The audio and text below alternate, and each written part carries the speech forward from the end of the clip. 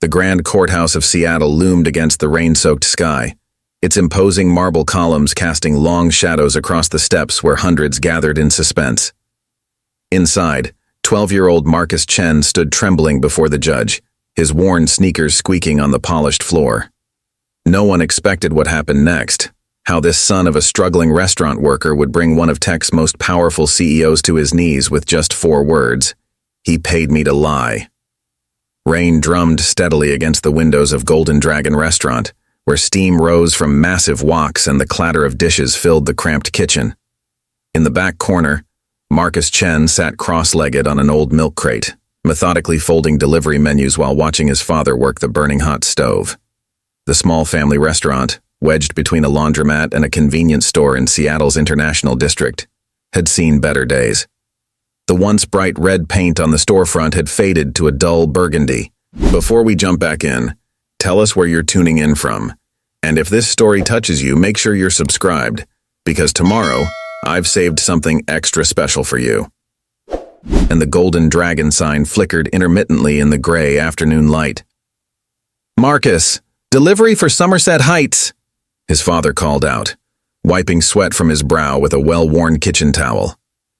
At 12 years old, Marcus was already an essential part of the family business. While other kids his age spent afternoons playing video games or attending after-school programs, he helped his recently widowed father keep their struggling restaurant afloat.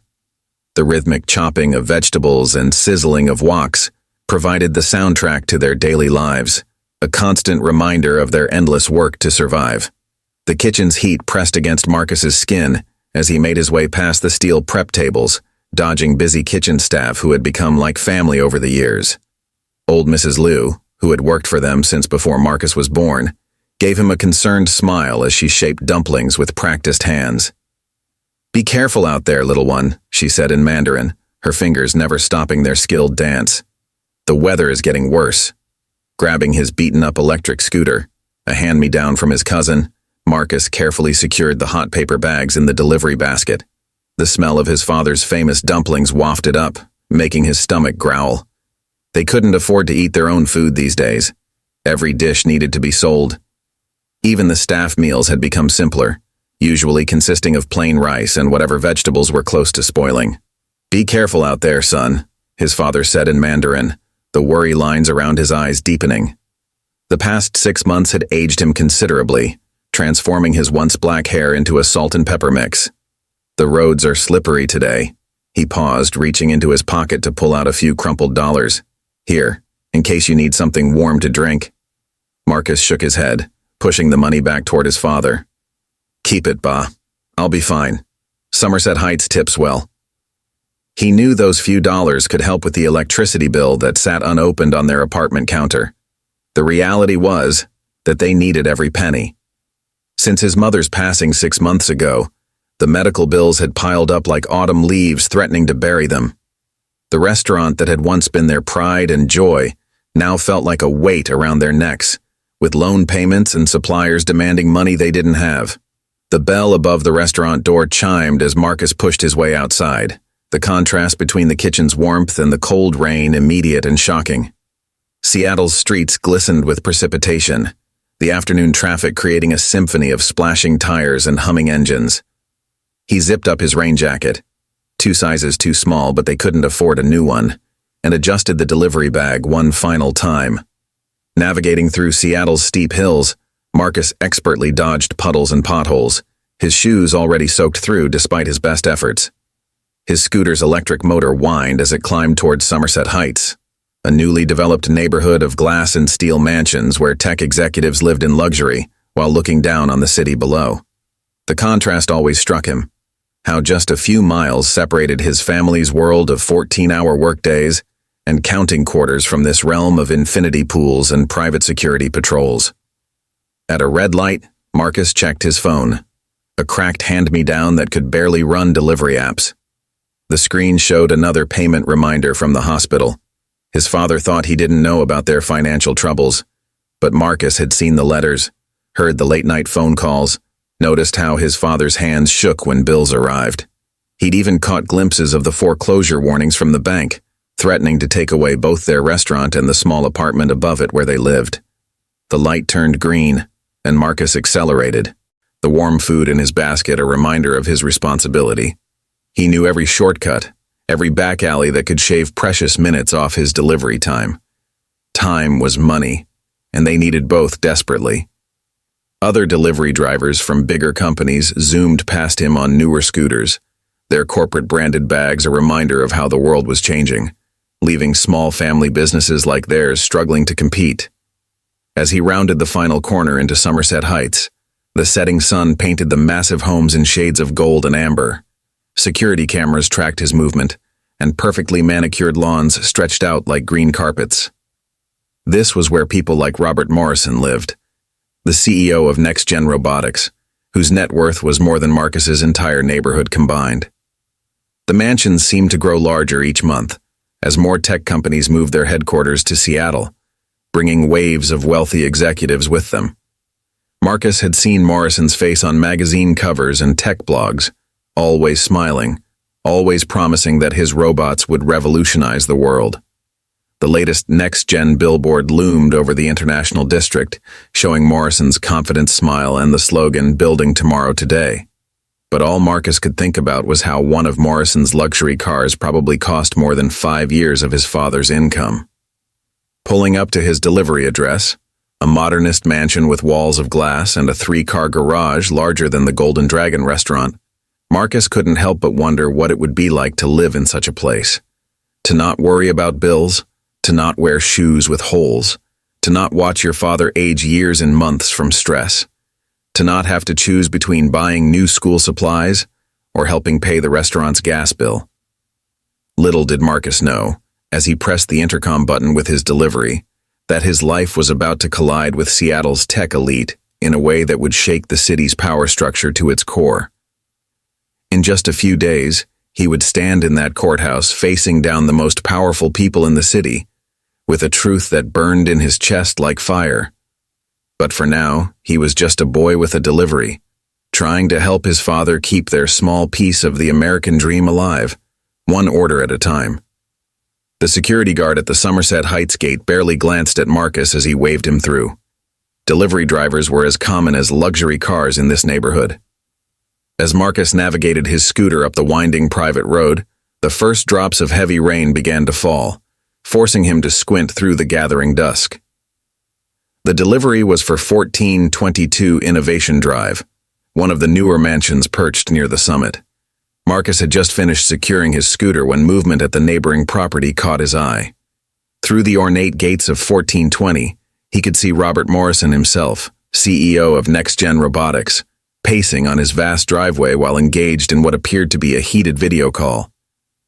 "The prototype isn't ready," Morrison's voice carried through the rain. "We need more time." He ran his fingers through his perfectly styled hair, his expensive suit jacket getting damp as he gestured animatedly. Marcus couldn't help but notice the 3 Tesla vehicles parked behind him, each probably worth more than the Golden Dragon's annual revenue. As Marcus gathered his delivery bag, he noticed another figure approaching Morrison's property, a woman in her mid-30s, dressed in business attire, clutching a laptop bag close to her chest. Even from a distance, Marcus could see the determination in her stride. He recognized her from somewhere but couldn't quite place it. "Mr. Morrison," she called out, her voice clear despite the rainfall. "We need to talk about the safety reports." Morrison's head snapped up, his video call forgotten. "Ms. Thompson? How did you get past security?" The smooth, media-trained voice Marcus had heard in countless tech interviews now carried an edge of panic. Sarah Thompson. Now Marcus remembered where he'd seen her. She was on the local news last week, something about workplace safety concerns at Next Gen Robotics. She stood her ground as Morrison approached, her laptop bag held like a shield. "The board needs to see these results," she insisted, pulling out a folder. "The AI safety protocols are failing. That incident last month wasn't an isolated case. If we rush this release, people could die." Marcus knew he should deliver his food and leave, but something about the scene held him transfixed. He stood partially hidden behind a decorative pillar, the rain soaking through his thin jacket as the drama unfolded. Morrison's carefully crafted public persona cracked. "Give me those reports," he demanded, reaching for the folder. Preparing and narrating this story took us a lot of time, so if you are enjoying it, subscribe to our channel. It means a lot to us. Now back to the story. Thompson pulled back, but Morrison grabbed her arm, causing her to lose her balance on the wet pavement. The folder fell, papers scattering across the driveway, immediately beginning to dissolve in the rain. "No!" Thompson scrambled to salvage the documents, but Morrison was faster. He snatched what he could, stuffing them into his jacket. "You can't hide this," Thompson shouted, her professional demeanor crumbling. "The public has a right to know." "The public?" Morrison laughed, but there was no humor in it. "Do you have any idea what these allegations would do to our stock price? To the thousands of jobs at stake?" He grabbed her laptop bag, yanking it from her grasp. The laptop clattered to the ground, its screen cracking against the concrete. Marcus instinctively reached for his phone, but his trembling fingers fumbled with the wet screen. Before he could open the camera app, Morrison noticed him. Their eyes met across the driveway.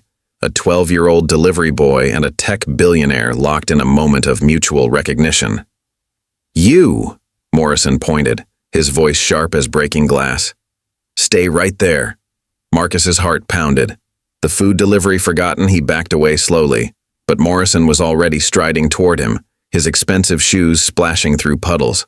Thompson used the distraction to grab what remained of her papers, quickly shoving them into her damaged laptop bag. "Run!" she shouted to Marcus. "Don't let him—" But her words were cut short as Morrison reached her, grabbing her arm again. Marcus's instincts screamed at him to flee, but his feet seemed rooted to the spot. He watched as Morrison twisted Thompson's arm, forcing her to drop the remaining papers. "This is corporate espionage," Morrison hissed at her. "I'll have you arrested for stealing company property."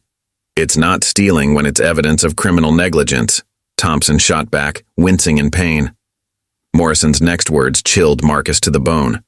"Nobody will believe you. It's your word against mine, and I own half the judges in this city."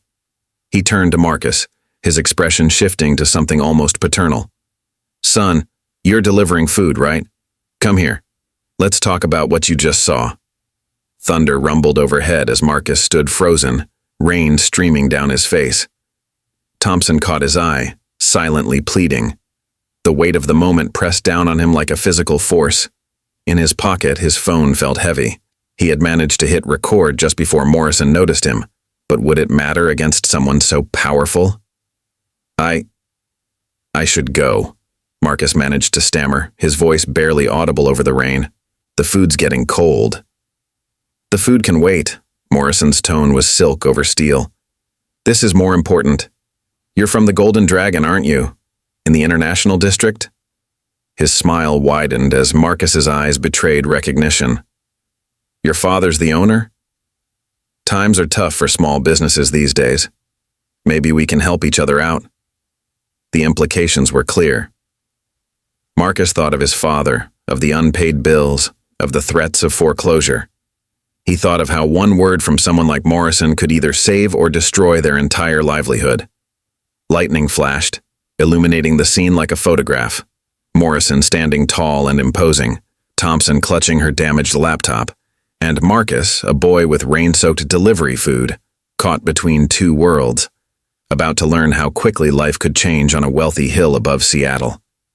The thunder that followed seemed to echo Marcus's racing heartbeat, as the choice before him loomed larger than the mansion gates of Somerset Heights.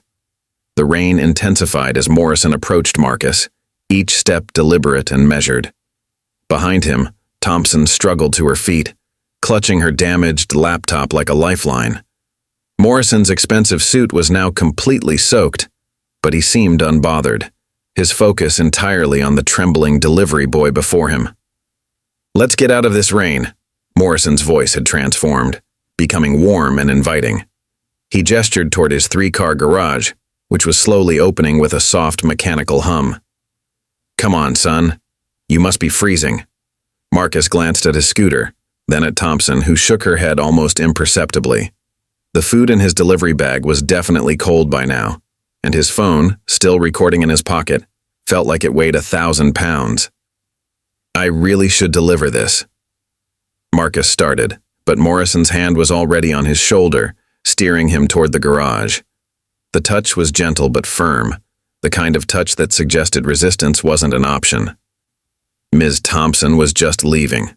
Morrison called back, his tone carrying a clear warning. Weren't you, Sarah? Thompson stood her ground, rain streaming down her face. This isn't over, Robert. That boy is a witness now. She backed away slowly, clutching her bag. Remember that. Morrison's grip on Marcus's shoulder tightened slightly as they entered the garage. The space was larger than the entire Golden Dragon restaurant, housing 3 luxury vehicles that gleamed under perfect lighting. The rain outside seemed distant now, muffled by thick walls and expensive engineering. Quite a night, isn't it? Morrison's smile didn't reach his eyes as he pressed a button, closing the garage door.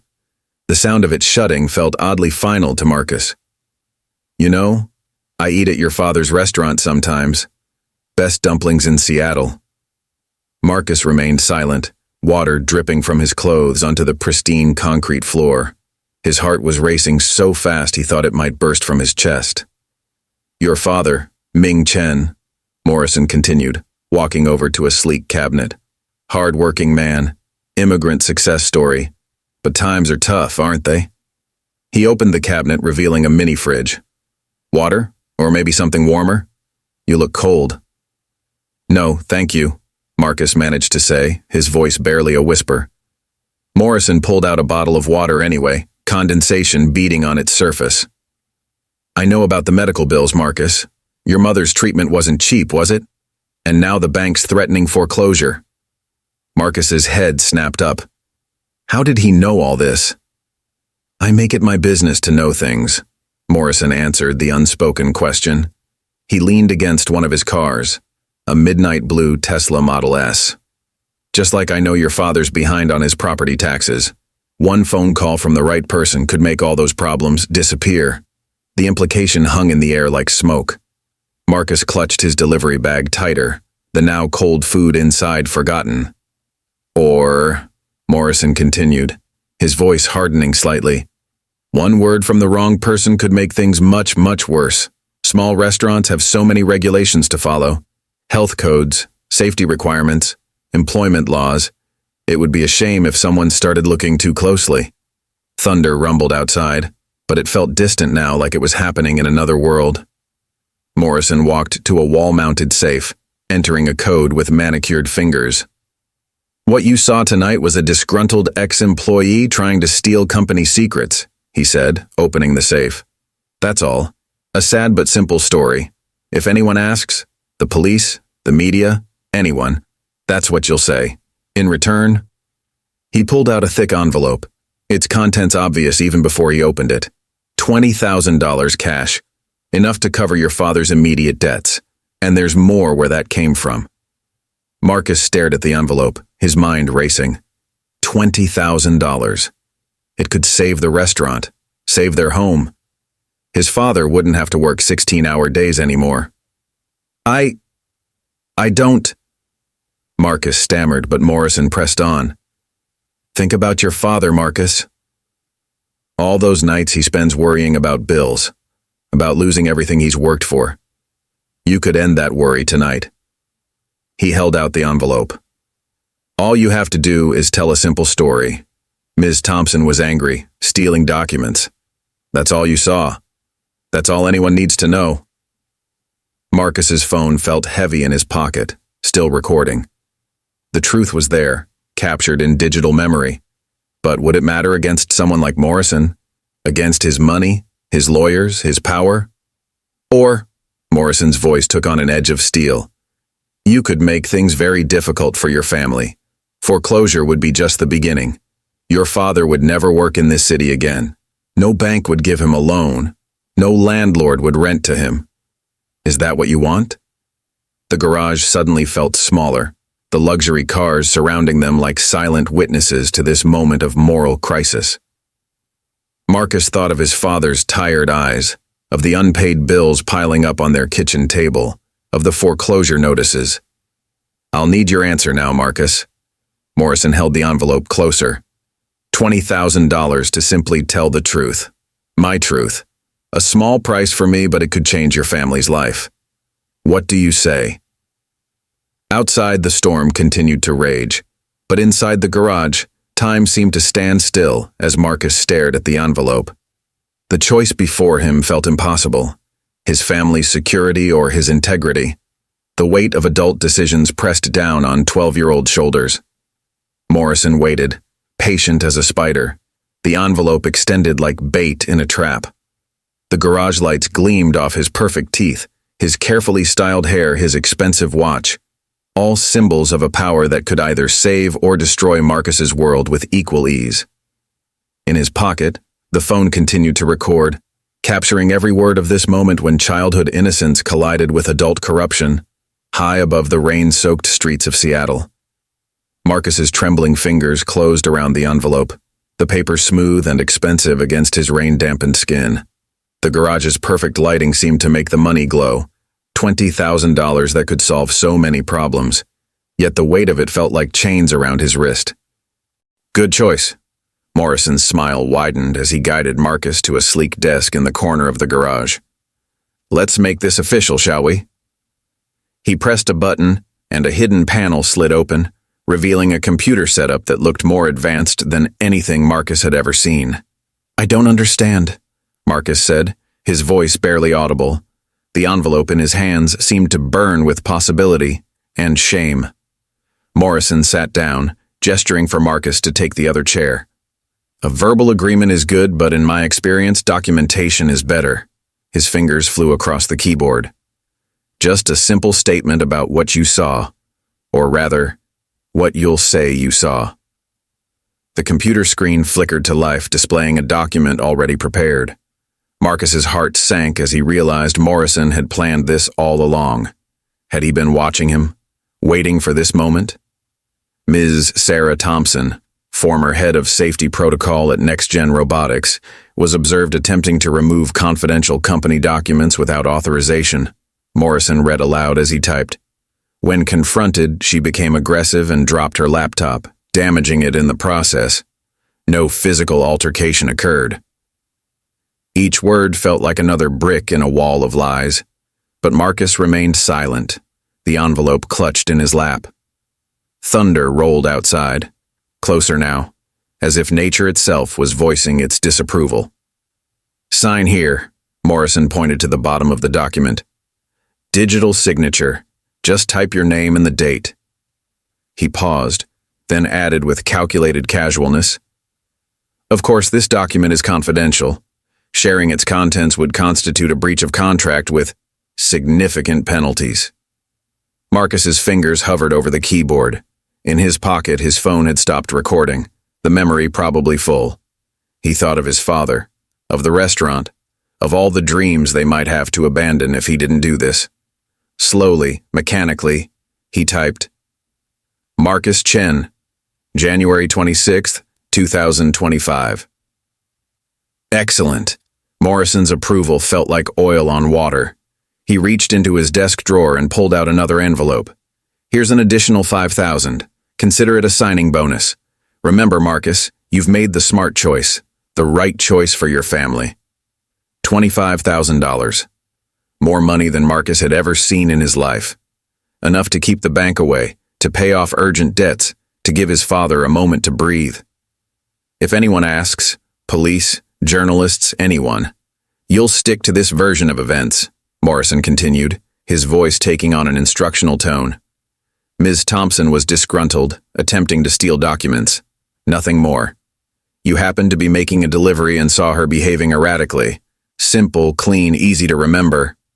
Marcus nodded numbly, the two envelopes now feeling like lead weights in his hands.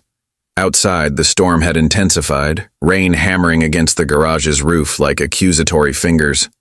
Your father worked so hard, Morrison added, his voice softening with practiced sympathy. 14, 16 hours a day, and still barely keeping ahead of the bills. This money will change everything for him. You're being a good son, Marcus, remember that. But as Marcus stood to leave, his legs unsteady, he caught his reflection in one of the car's polished surfaces. His father's words from long ago echoed in his mind. Your integrity is like a bowl, son.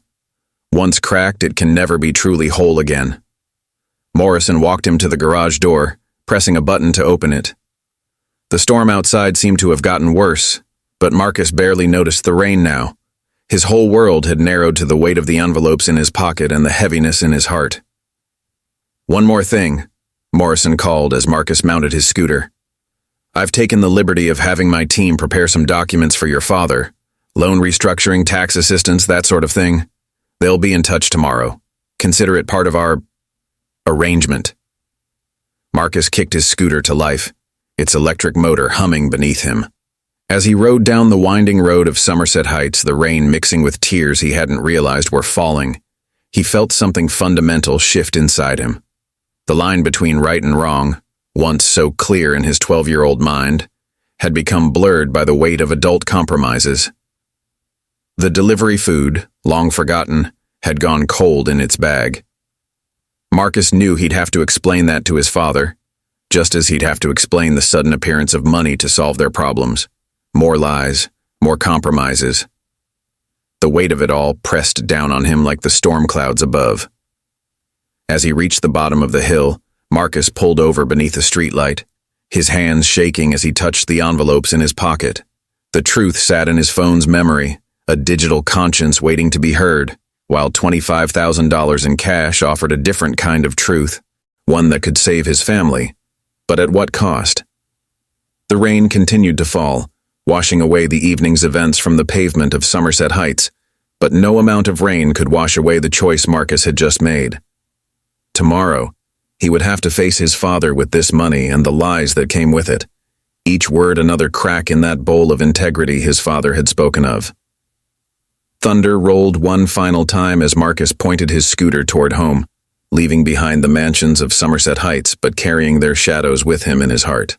The Golden Dragon was quiet when Marcus finally returned, the neon sign flickering weakly against the storm-darkened sky. Through the rain-streaked windows he could see his father wiping down tables, his movements slow with exhaustion. The envelopes in Marcus's pocket felt heavier with each step toward the door. The bell chimed as he entered, and his father looked up, relief washing over his tired features. "Marcus, I was worried. The storm ... He paused, noticing his son's unusual expression. "What's wrong? Did something happen?" Marcus shook his head, water dripping from his hair onto the freshly mopped floor. "The delivery, I couldn't." His voice trailed off as Mrs. Liu emerged from the kitchen, untying her apron. "I'll head home now, Ming," she said in Mandarin, patting Marcus's shoulder as she passed. "This weather isn't good for old bones." She glanced between father and son, sensing the tension, before quietly slipping out into the rain. Ming Chen pulled out a chair at one of the empty tables, gesturing for Marcus to sit. The restaurant was eerily quiet now, the usual clatter of dishes and sizzle of woks replaced by the steady drumming of rain against windows. The overhead lights cast long shadows across the faded red wallpaper, making the golden dragons painted there seem to dance. "Your jacket is soaked," Ming observed, disappearing into the kitchen. He returned with a towel and a steaming cup of jasmine tea, a luxury they rarely allowed themselves these days. "Here, warm up." Marcus accepted the tea with trembling hands, the familiar aroma reminding him of better days, when his mother would brew it every evening. The envelopes crinkled in his pocket as he sat down. "Bah," Marcus started, his voice barely a whisper. "Do you remember the story you used to tell me? About great-grandfather and the gold merchant?" Ming's eyes softened as he settled into the chair across from his son. During the war in China, when the merchant offered him gold to look the other way." Marcus nodded, wrapping his cold fingers around the warm teacup. "You said he refused, even though his family was starving. That he said some prices are too high, even when the payment seems good." "Yes," Ming leaned back, studying his son's face carefully. "He used to say that a man's integrity is like a rice bowl. Once cracked, it can never truly hold water again. But why do you ask about this now?" Thunder rumbled outside as Marcus struggled with his words. What if someone offered to help us? With the restaurant, the bills, everything. But we had to. He trailed off, unable to finish. Ming was silent for a long moment, his weathered hands folded on the table. Finally, he stood and walked to the wall where an old photograph hung. Marcus's great-grandfather standing proudly in front of his own small shop in China decades ago. When your mother was sick, Ming began, his voice heavy with memory, many people offered help. Loan sharks, demanding 40% interest. Restaurant chains offering to buy us out for nothing. Even some who suggested we adjust our books for the insurance. He turned back to Marcus. The easy path often leads downhill, son. Marcus felt tears welling up in his eyes. But we're going to lose everything, aren't we? The restaurant, our home. His hand brushed against the envelopes in his pocket. Sometimes maybe we have to. Have to what? Ming pulled his chair closer, reaching across the table to lift Marcus's chin. Have to become what we fear? Have to trade our honor for comfort? His voice was gentle but firm. Your mother and I named you Marcus after Marcus Aurelius. Do you remember why? The philosopher emperor, Marcus whispered. Who said that wealth and power mean nothing without wisdom and integrity? Yes. And he also said that our life is what our thoughts make it. Ming's eyes crinkled with concern. Son, what happened tonight? What burden are you carrying? The envelopes seemed to burn in Marcus's pocket. The weight of Morrison's threats, the recorded truth on his phone, the lies he'd agreed to tell. It all pressed down on him like a physical force. He opened his mouth to confess everything, but the words stuck in his throat. I'm scared, Ba, he managed finally. I'm scared of losing everything we built, of letting you down. Ming reached across the table and took his son's hands in his own. His palms were calloused from years of work, but his touch was gentle. The only way you could let me down is by letting fear make you someone you're not. Everything else, the restaurant, the house, even our debts, these are just things. But our integrity, that's who we are. The rain continued its steady rhythm against the windows as father and son sat in silence, their cooling tea forgotten. In the street outside, car lights swept past, illuminating the golden dragons on the wall, their painted eyes seeming to watch the scene with ancient wisdom. Whatever choice you're facing, Ming said finally, remember that there are two kinds of poverty in this world. The poverty of the pocket, which can be overcome, and the poverty of the spirit, which can destroy us forever. Marcus felt the tears he'd been holding back finally spill over. The envelopes in his pocket, Morrison's smooth threats, the corrupted truth he'd agreed to tell. It all seemed to crack and shift under the weight of his father's words. As Ming stood to lock up the restaurant for the night, Marcus remained seated, watching his father's familiar movements through tear-blurred eyes. He knew what he had to do, but the path ahead seemed more daunting than ever. Tomorrow would bring its own storms, but for now, in the quiet of their empty restaurant, Marcus felt something inside him slowly begin to heal, like a cracked bowl being carefully, lovingly restored. Sleep eluded Marcus that night. In their small apartment above the restaurant, he lay on his narrow bed, listening to the storm gradually fade into the quiet hours of early morning. The envelopes he'd hidden beneath his mattress seemed to radiate their presence, like a hot coal burning through the layers of his conscience. His phone sat on the windowsill, its screen dark, but its memory full of truth. Through the thin walls he could hear his father's gentle snoring from the next room, the exhausted sleep of a man who had worked himself to the bone for years. A man who had just hours ago spoken about integrity and honor, unaware that his son had already compromised both. At 3 a.m., Marcus couldn't stand it anymore. He slipped out of bed, careful to avoid the creaky floorboard near his door. The apartment was dark, except for the dim glow of streetlights filtering through rain-streaked windows. He retrieved the envelopes from under his mattress and padded to the small kitchen table. In the wan light, he spread out the money. Neat stacks of $100 bills, more cash than he'd ever seen. $25,000, enough to keep the wolves from their door, enough to let his father sleep without worry for a while. The bills seemed to mock him with their crisp perfection. Next to the money, he placed his phone. The recorded truth sat in its memory like a digital conscience, waiting to be heard. Marcus pressed play, keeping the volume barely above a whisper. Morrison's voice emerged, tinny but clear. "Think about your father, Marcus. All those nights he spends worrying about bills." He stopped the playback, his hands shaking. On the kitchen counter, stacked neatly by his father before bed, sat the latest batch of bills and notices. Marcus knew their contents by heart now. Final notice from the bank, overdue property taxes, utility warnings, medical bills still unpaid from his mother's illness. Rising quietly, Marcus moved to the small shrine his father maintained in the corner of the living room. His mother's photograph smiled at him, surrounded by incense holders and small offerings. "What would you tell me to do, Mom?" he whispered to the silence. The photograph offered no answer, but he could almost hear her voice, gentle but firm. "The right path isn't always the easy one, little dragon." Back at the table, Marcus began arranging the bills into two piles.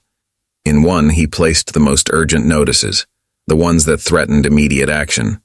In the other, the ones that could wait a little longer.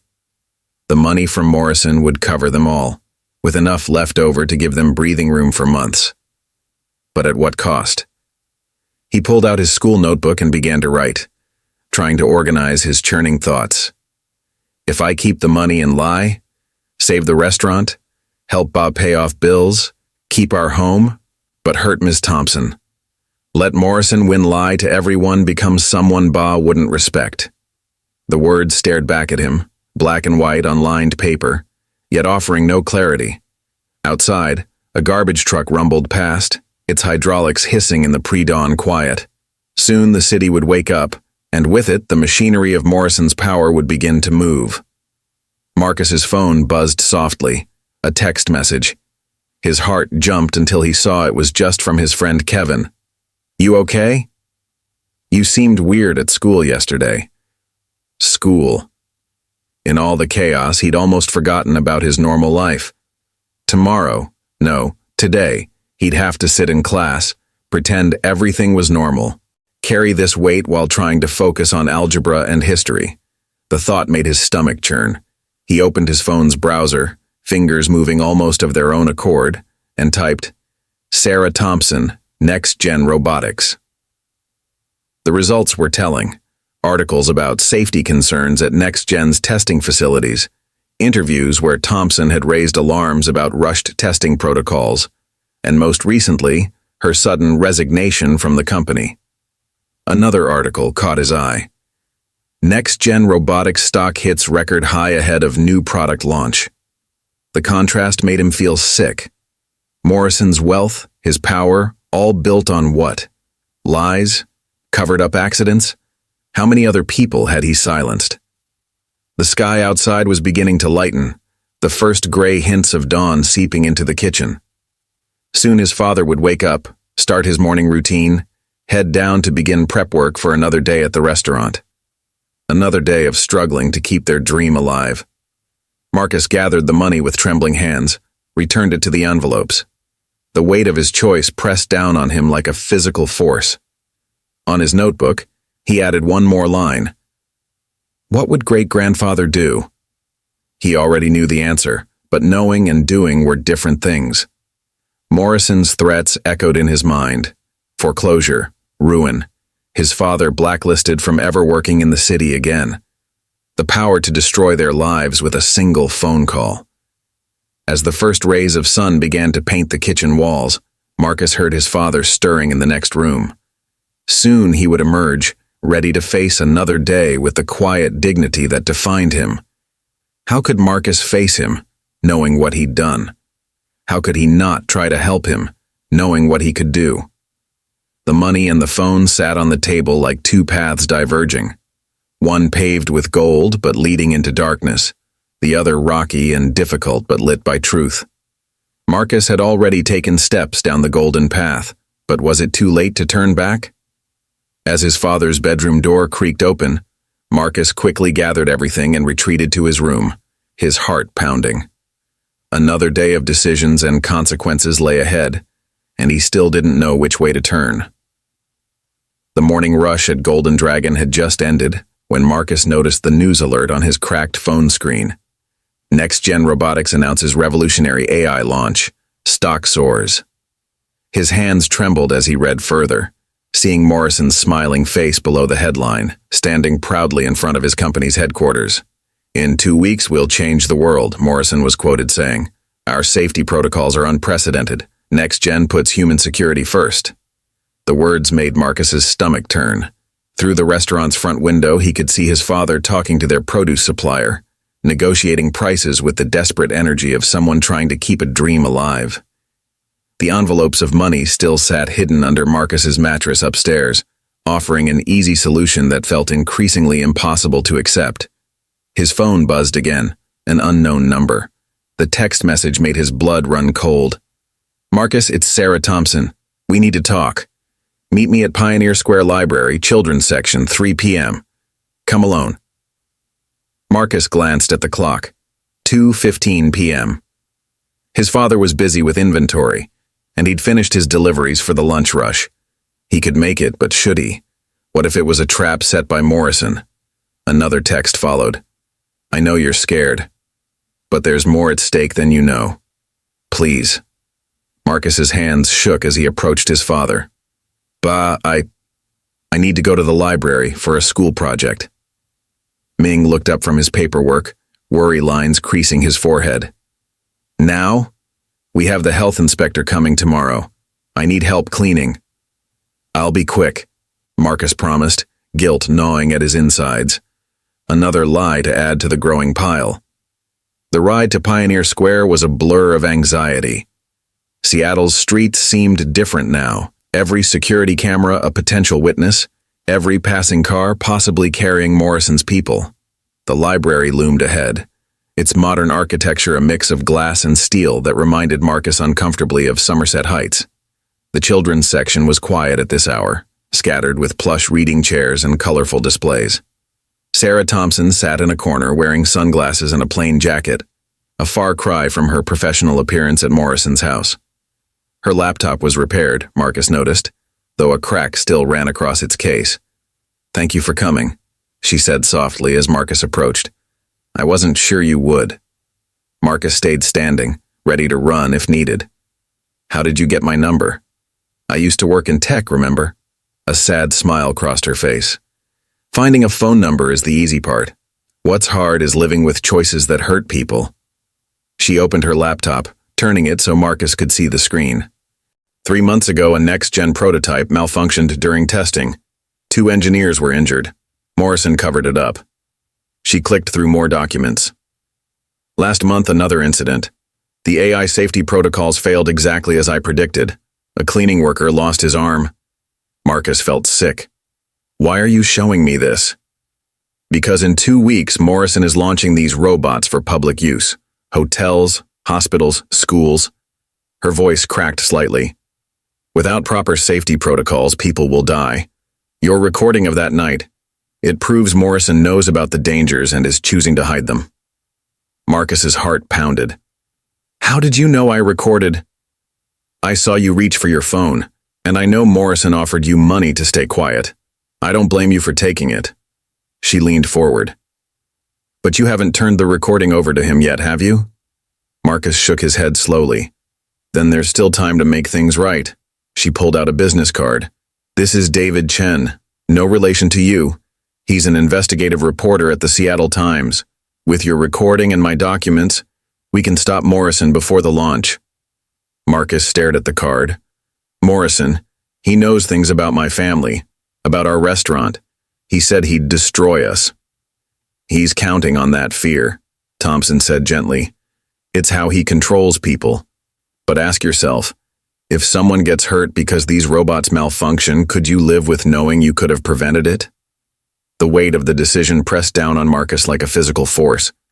He thought of his father's words about integrity, about his mother's picture in their small shrine, about his great-grandfather's choice during the war.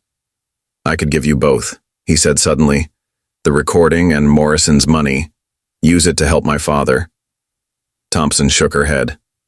The money would be evidence of attempted bribery. It would have to be turned over to authorities. Marcus, I know this is an impossible choice for someone your age, but sometimes doing the right thing means facing our fears. Marcus closed his eyes, remembering his father's words about the two kinds of poverty. When he opened them again, something had shifted in his expression, a resolution that made him look older than his 12 years. The reporter, he said quietly. When can we meet him? Thompson's relief was visible. Tomorrow morning. I'll be there too. We'll protect you, Marcus. Your father too. Morrison isn't the only one with connections. As Marcus stood to leave, Thompson caught his arm gently. Your father, he runs Golden Dragon, right? My father had a restaurant too when I was young.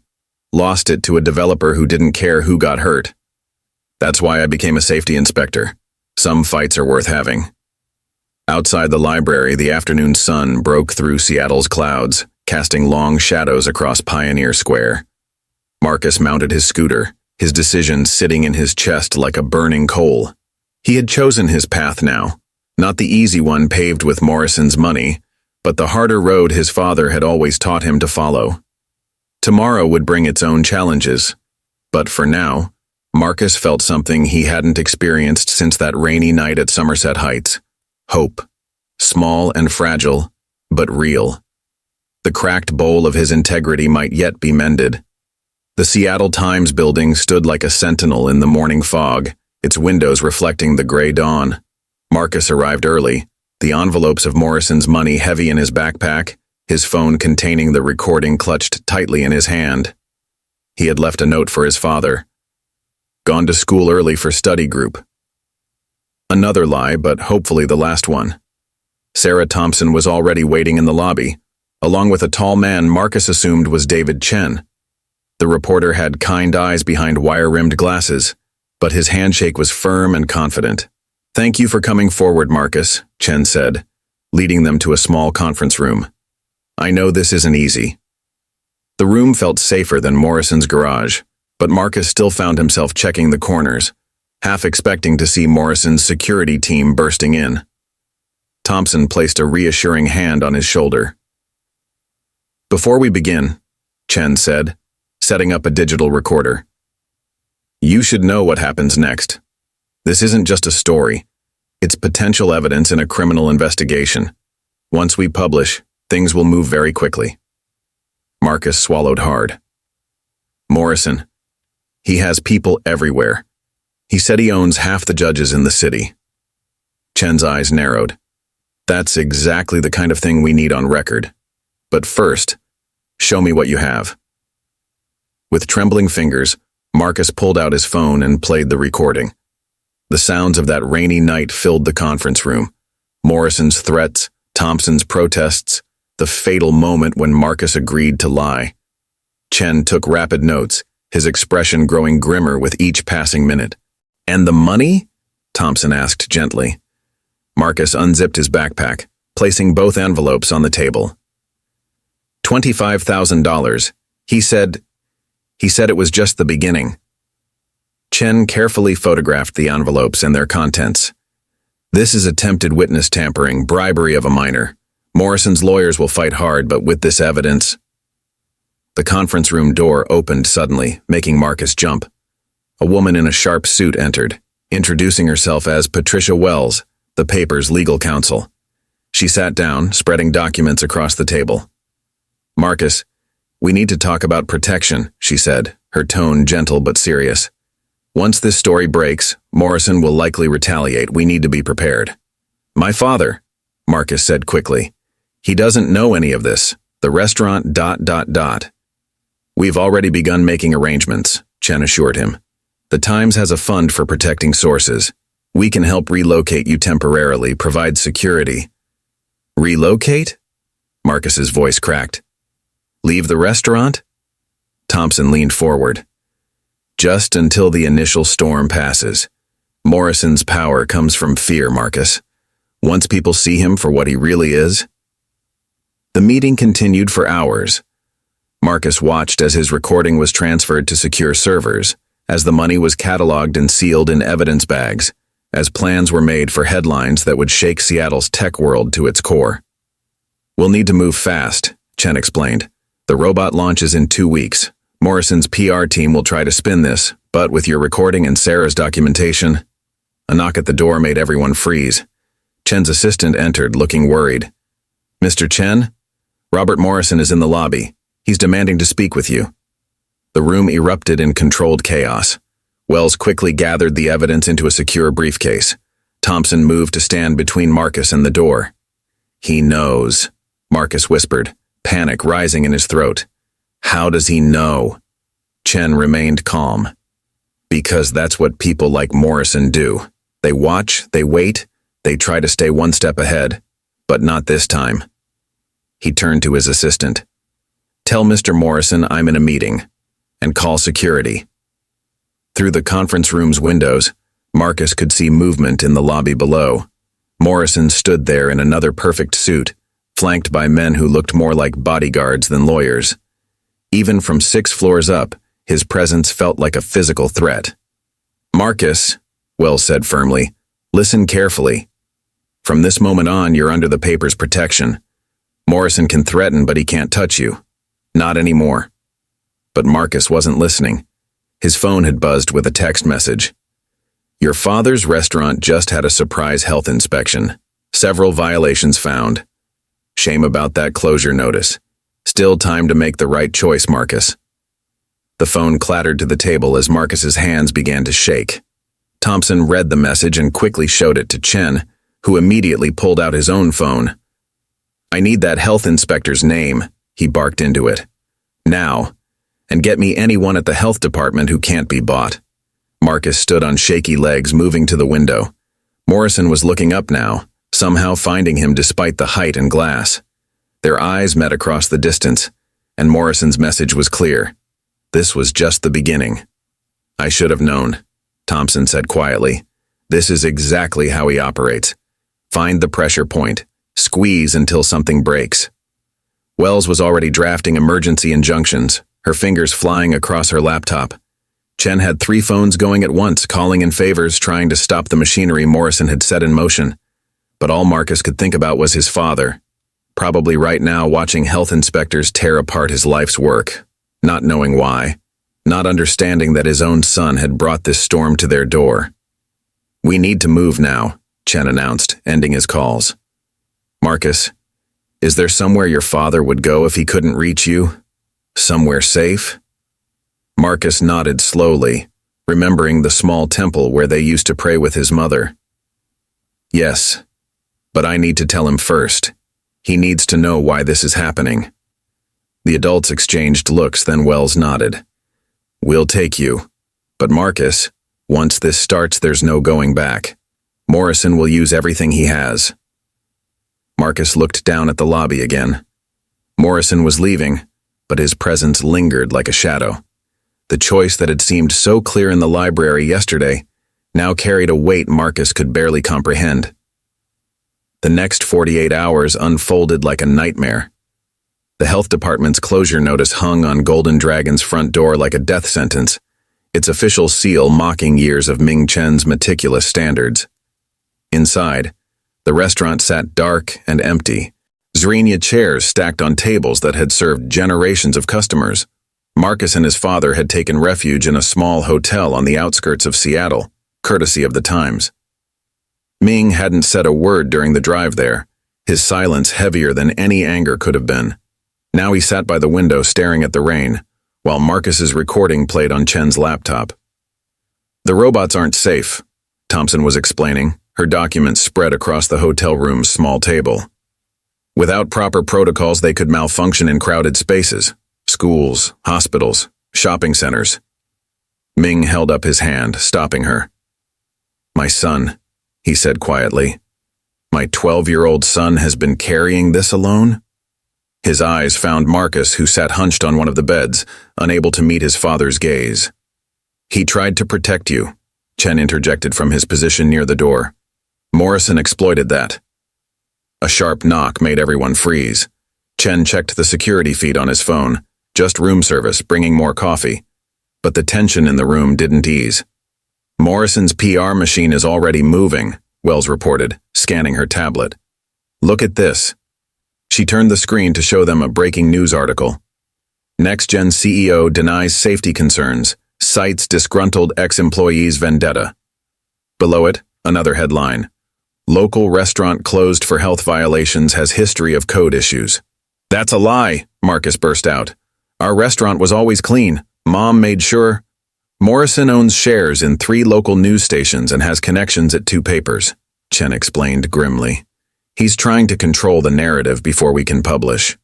Ming stood suddenly, walking to the window. All these years, he said softly in Mandarin, I taught you about integrity, about standing up for truth. But I failed to teach you that you never have to carry such burdens alone. Before Marcus could respond, Thompson's phone buzzed. Her face went pale as she read the message. They're calling an emergency board meeting at NextGen. Morrison's pushing to move the robot launch up to next week. He can't do that, Marcus protested. You said the safety protocols. He's desperate, Chen said, already dialing numbers. He knows we have evidence, so he's accelerating his timeline. Wells was reviewing documents, her legal pad filled with rapid notes. We need more time. The injunction won't be heard until Monday, and even then. Another news alert flashed across their phones. NextGen stock hits record high as revolutionary AI launch approaches. The photo showed Morrison at a tech conference, beaming confidently while demonstrating one of his robots. Marcus felt sick. Despite everything, the recording, the evidence, the truth, Morrison was winning. His lies were becoming reality through sheer force of money and power. There's something else, Thompson said hesitantly. My contacts at NextGen say Morrison's team is preparing a different narrative about that night. They're going to claim I manipulated Marcus, used a child to stage a false scandal. The room fell silent except for the steady drum of rain against the windows. Ming turned from his vigil, his face lined with worry but his eyes clear. They will say I am a failed businessman who conspired to extort a successful company, he said quietly. That I used my son to seek money through false allegations. Chen nodded grimly. Morrison's lawyers are already floating the story to friendly reporters. They're painting you as desperate, willing to do anything to save a failing business. Marcus stood up, anger overtaking his fear. But we have proof. The recording, the money he gave me, which his lawyers will claim was a charitable donation to help a struggling immigrant family, Wells interjected. One that we're now trying to twist into something sinister.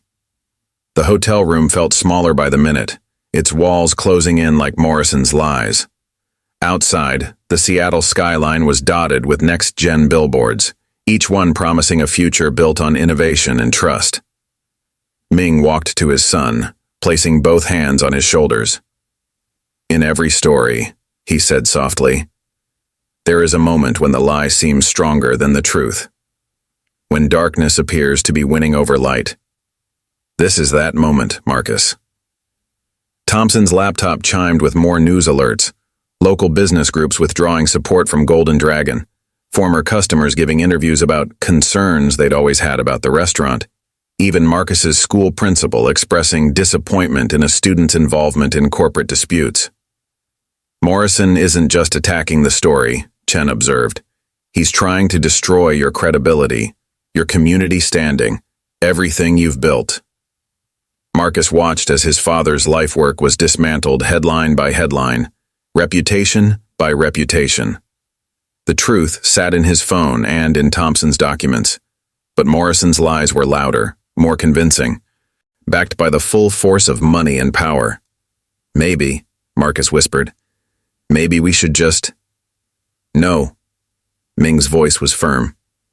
Remember what I told you about great-grandfather? The merchant who offered him gold didn't just want his silence, he wanted his soul.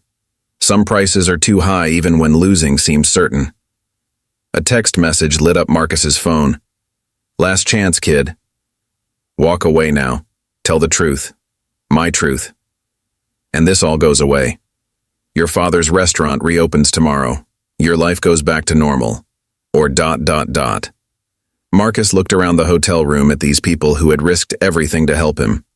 Thompson with her damaged career, Chen with his threatened newspaper, Wells with her careful legal strategies, and his father standing tall despite watching his dreams crumble.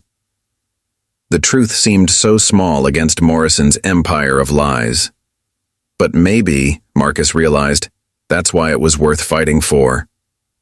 The preliminary hearing room felt nothing like the courtrooms Marcus had seen on TV.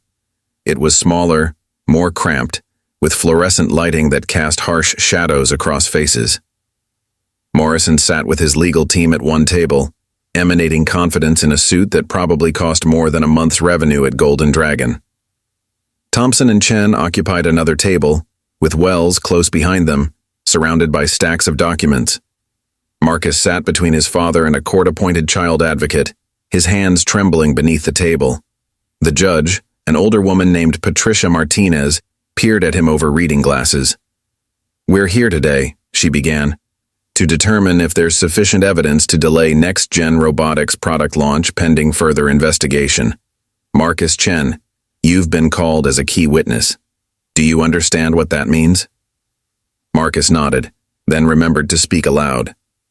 "Yes, Your Honor." Morrison's lead attorney, a sharp-featured man named Harrison, stood. "Your Honor, before we proceed, I must object to putting a child through this process. Young Mr. Chen has clearly been manipulated by Ms. Thompson and the Times into fabricating—" "Objection," Wells cut in. "Counsel is attempting to discredit the witness before he's even spoken." Judge Martinez raised her hand. "Mr. Harrison, save your arguments. Let's hear from the boy." Marcus approached the witness stand, feeling the weight of every eye in the room. Morrison watched him with the same calculated smile he'd worn in his garage that rainy night. "Marcus," Wells began gently, "please tell us about the night of January 26th. Taking a deep breath, Marcus started his story. He described the delivery route, the rain, seeing Thompson approach Morrison's house. His voice grew stronger as he recounted the confrontation, the threats, the attempted bribe. "And did you record this interaction?" Wells asked. "Yes." Marcus's voice was barely a whisper now. "On my phone." Harrison shot to his feet. "Objection. Any recording made without consent is inadmissible. Washington is a one-party consent state," Wells countered. "And given that this occurred in a public space?" Judge Martinez nodded. "The recording will be heard." As Marcus's phone recording played through the courtroom speakers, he watched Morrison's face. The tech CEO's confident smile never wavered, but his hands clenched the table's edge, knuckles turning white. $25,000, Marcus concluded. "He gave me $25,000 to lie about what happened." Harrison approached, his expensive shoes clicking on the floor. "A touching story. Tell me, Marcus, isn't it true that your family's restaurant was failing? That you were desperate for money?" "Objection!" Wells stood. "Counsel is badgering a minor witness." "I'll rephrase," Harrison smiled. "Marcus, isn't it possible you misunderstood Mr. Morrison's generous offer to help your family as something more sinister?" Marcus felt his fear turning to anger. "He wanted me to lie. About the safety problems. About hurting Ms. Thompson." "Safety problems?" Harrison's smile widened. "What would a 12-year-old delivery boy know about complex AI safety protocols?" "I know right from wrong," Marcus shot back. "I know Mr. Morrison hurt Ms. Thompson when she tried to show evidence. I know he offered me money to hide the truth, and I know his robots aren't safe." The room fell silent. Even Harrison seemed taken aback by the forceful response from the young witness. "The money," Marcus continued, his voice growing stronger. "It's in evidence. The exact amount he promised in the recording. The envelopes have his fingerprints. Would a generous offer need to be hidden like that?" Morrison leaned forward, whispering urgently to Harrison, but Marcus wasn't finished. "He said he owned half the judges in Seattle," Marcus added, looking directly at Judge Martinez. "He said he could destroy my family if I didn't help him hide the truth. Is that what an innocent person does?" Thompson was smiling now, while Chen scribbled notes furiously. Morrison's legal team huddled in urgent consultation. "Your Honor," Harrison tried again, "this is clearly a rehearsed performance. Would you like to hear the part where Mr. Morrison threatened my father's business?" Marcus interrupted. Because that happened right after the health inspectors shut down our restaurant, right after I met with the newspaper. Judge Martinez held up her hand. Mr. Harrison, your client appears to have some explaining to do regarding witness intimidation. We have documentation, Wells added, approaching with a thick folder. The health inspection was ordered directly by a board member at NextGen, the same board member who owns shares in 3 local media outlets that suddenly began running negative stories about Golden Dragon. Morrison stood abruptly. This is absurd. You can't seriously be taking the word of a child over. Mr. Morrison? Judge Martinez's voice cut through the room like a blade. Sit down. You'll have your chance to respond to these allegations, though I strongly suggest you do so with your attorney present. Marcus returned to his seat, legs shaking but head held high. His father squeezed his shoulder, pride evident in his eyes. Given the evidence presented, Judge Martinez continued, I'm issuing an immediate injunction against NextGen's product launch. Furthermore, I'm referring this matter to the District Attorney's Office for investigation into witness tampering, corporate espionage, and attempted bribery of a minor. Morrison's facade finally cracked. He stood again, face flushed. You can't do this.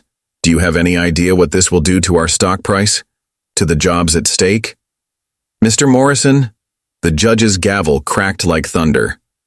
One more outburst and you'll be held in contempt. This hearing is adjourned pending criminal investigation.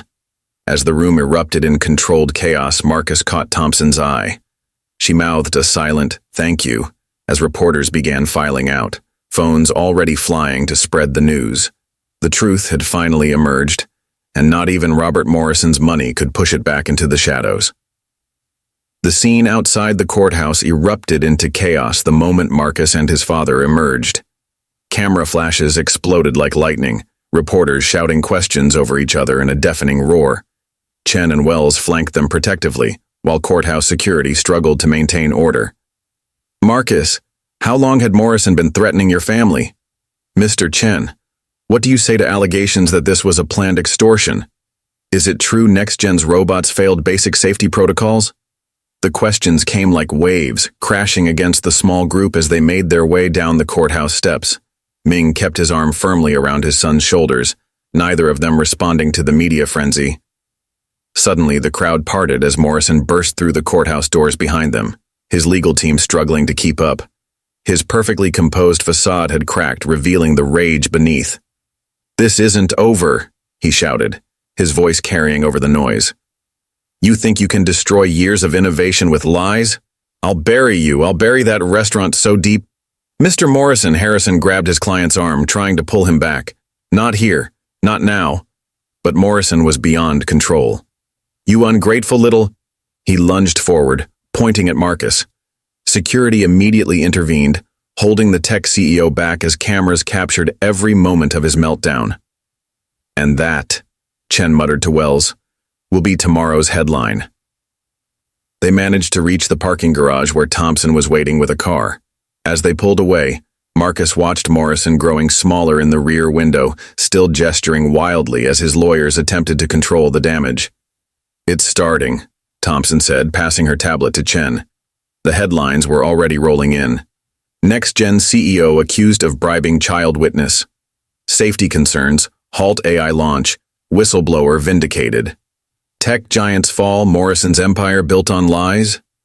Marcus's phone buzzed continuously with messages from classmates who had seen the news. The local Chinese community's WeChat groups were exploding with discussions about Golden Dragon and the Chen family. NextGen's stock is in freefall, Wells reported, scanning her phone. The board is calling an emergency meeting. Morrison's position as CEO may be in jeopardy. But Ming wasn't looking at the news. Instead, he was reading a message from Mrs. Liu. "The health department is here. They're reviewing the inspection, something about irregular procedures and external pressure." "The truth has a way of creating its own momentum," Chen observed, making notes for his article. "Once it starts rolling, all the money in the world can't stop it." They drove to the Times building, where Chen had arranged a secure conference room. As they watched the coverage unfold, the full impact of the morning's events became clear. Next Gen's board of directors issued a statement distancing themselves from Morrison. Former employees began coming forward with their own stories of covered-up accidents and ignored safety warnings. The health department announced a formal investigation into the suspicious inspection of Golden Dragon. "Look at this," Thompson said, showing them a social media trend. Golden Dragon Strong was trending locally, with customers sharing memories and photos of the restaurant, demanding its immediate reopening. "Your community is standing with you," Wells smiled, but Ming looked troubled. "The restaurant may be saved," he said quietly, "but at what cost?" Morrison's threats. As if on cue, Marcus's phone lit up with a message from an unknown number. "You've made a powerful enemy, kid. Hope you're ready for what comes next." Wells took the phone, documenting the threat. This is exactly the kind of intimidation that will bury him in court. But Marcus was watching his father, seeing the worry lines deepen around his eyes. "Bah, I'm sorry. I never meant for any of this." Ming pulled his son into a tight embrace. "No, Marcus. I'm sorry I didn't see the burden you were carrying. You stood for the truth when many adults would have faltered." Thompson's laptop chimed with breaking news. Next Gen board suspends Morrison pending investigation. The attached photo showed Morrison being escorted from the company's headquarters, his empire crumbling in real time. "It's not over," Wells cautioned. "Men like Morrison don't go down easily. There will be lawsuits, counter-accusations, attempts to discredit you all." "Let them come," Ming said firmly. "We have something Morrison's money can't buy." "The truth?" Marcus asked. "That, and something more precious." Ming smiled. "Honor. Integrity. The things your mother and I tried to teach you. The things you proved today you understood better than I ever imagined." More messages flooded in. Support from other restaurant owners, offers of legal assistance, customers pledging to return as soon as Golden Dragon reopened. The Chinese community was mobilizing, turning Morrison's attack on one of their own into a rallying cry. "Your father's right," Chen said, looking up from his writing. "Morrison tried to bury you with money and power. Instead, he revealed the strength of truth and community." Outside the Times building, the city continued its normal rhythm, unaware that a 12-year-old delivery boy had just helped topple one of its most powerful figures. But in that conference room, watching the consequences of truth cascade through headlines and hearts, Marcus finally felt the weight of Morrison's threats lifting. His phone buzzed one last time, a message from Kevin. "Dude, you're all over the news.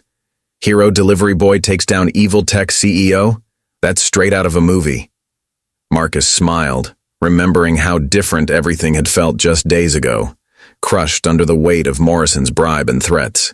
The path of truth had been harder, scarier. But sitting here now, his father's arm around his shoulders and Morrison's empire crumbling, he knew it had been worth every step. The chaos wasn't over, it was just beginning. But for the first time since that rainy night in Somerset Heights, Marcus wasn't afraid of what came next. 6 months later, the Golden Dragon's neon sign glowed brightly against the Seattle dusk. The restaurant was packed, as it had been every night since its reopening. At a corner table, Marcus sat with his father, Thompson and Chen, celebrating not just the restaurant's success but the final verdict in Morrison's trial. "Guilty on all counts," Chen read from his tablet, showing them the breaking news. "Witness tampering, corporate fraud, attempted bribery of a minor. Morrison faces up to 15 years. He smiled at Marcus. "Your testimony was the key. The jury couldn't ignore the truth when it came from someone so young." The evidence had been overwhelming. After Marcus's initial revelation, more whistleblowers had come forward. Next-gen engineers provided documentation of covered-up accidents. Former employees testified about Morrison's pattern of threats and bribes. The health inspector admitted to being pressured into targeting Golden Dragon. "The robots are being completely redesigned," Thompson added, showing them pictures of Next-gen's new safety protocols. "The board hired me back as head of safety compliance. We're doing it right this time." Ming poured tea for everyone, the special jasmine reserve they could now afford again. Sometimes the biggest changes come from the smallest moments of courage. Marcus watched the bustling restaurant, remembering how close they'd come to losing it all. The past months had been challenging. Morrison's legal team had fought viciously, trying to discredit them in every way possible. But with each attack, the community had rallied stronger around Golden Dragon. Local businesses contributed to their legal defense fund. Regular customers organized support rallies. Even Marcus's school had stood by him, the principal publicly apologizing for initially doubting his character. "Your mother would be so proud," Ming said softly in Mandarin, noticing his son's contemplative expression. "She always said you had a warrior's heart and a gentle soul." The bell above the door chimed as Mrs. Liu entered, carrying a special cake she'd made for the occasion. The Chinese characters on top spelled out "Truth Prevails." Behind her came other neighbors, community members, and even some former next-gen employees who'd become regular customers. "You've become quite the celebrity," Chen teased as people waved at Marcus. "The boy who brought down a tech empire with nothing but the truth." Marcus shook his head. "I just did what was right. Eventually." "That's exactly why your story resonated," Thompson explained. "You showed that even when faced with impossible choices, integrity matters more than money." Ming stood, calling for attention. The restaurant quieted as he raised his teacup. "Today, we celebrate not just justice being served, but the power of truth and community. My son taught me that no one is too young to stand for what's right, and no one is too powerful to escape the consequences of their actions." The crowd applauded, and Marcus felt his cheeks flush. He thought about the recording still saved on his phone, a reminder of that rainy night when everything changed. Morrison's money, which had seemed like such a fortune then, was nothing compared to the wealth of integrity and community support they'd found instead. "What happens now?" Marcus asked Chen, who was already working on a book about the case. "Morrison's empire is being dismantled. The company will survive, but with new leadership and actual safety protocols. Your testimony sparked a larger investigation into corporate accountability in the tech sector." He smiled. "Sometimes the biggest stories come from the smallest voices." As the celebration continued, Marcus slipped away to the kitchen, his favorite place in the restaurant. The familiar sounds and smells grounded him. On the wall hung a new frame containing their first dollar earned after reopening, next to a newspaper clipping about Morrison's conviction. His father found him there standing in comfortable silence before speaking. "You know, when I first came to America, I thought success meant making money, building a business. Your mother taught me it meant building character. You taught me it meant standing for truth, no matter the cost." Marcus helped his father prepare more tea for their guests, their movements in perfect sync. "Do you think Morrison learned anything?" he asked. "Perhaps not," Ming replied thoughtfully. "Some people are so focused on building empires they forget to build themselves. But others learned from his fall, and you, my son, learned something more valuable than any business lesson."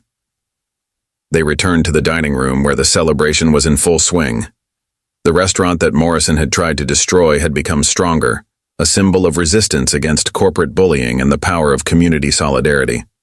Marcus looked around at these people who had stood with them, Thompson with her vindicated warnings, Chen with his relentless pursuit of truth, the customers who had become family, and his father, whose quiet strength had guided him through it all. The final headlines about Morrison's conviction would run tomorrow, but the real story wasn't about his fall. It was about a boy who chose truth over money, integrity over ease, and found that doing the right thing, though harder, built something far more valuable than any fortune could buy. Outside, Seattle's rain began its gentle rhythm against the windows, but this time it brought no fear or doubt. The Golden Dragon's lights shone bright against the darkness, a beacon of truth and resilience in a city that had learned to look past power and money to see the heart of what really mattered. Marcus Chen, no longer just a delivery boy but a symbol of courage, smiled as he served tea to his guests. Some bowls, once cracked, could indeed be made whole again, stronger and more beautiful for having been broken and repaired with gold of truth and integrity. Up next, you've got two more standout stories right on your screen.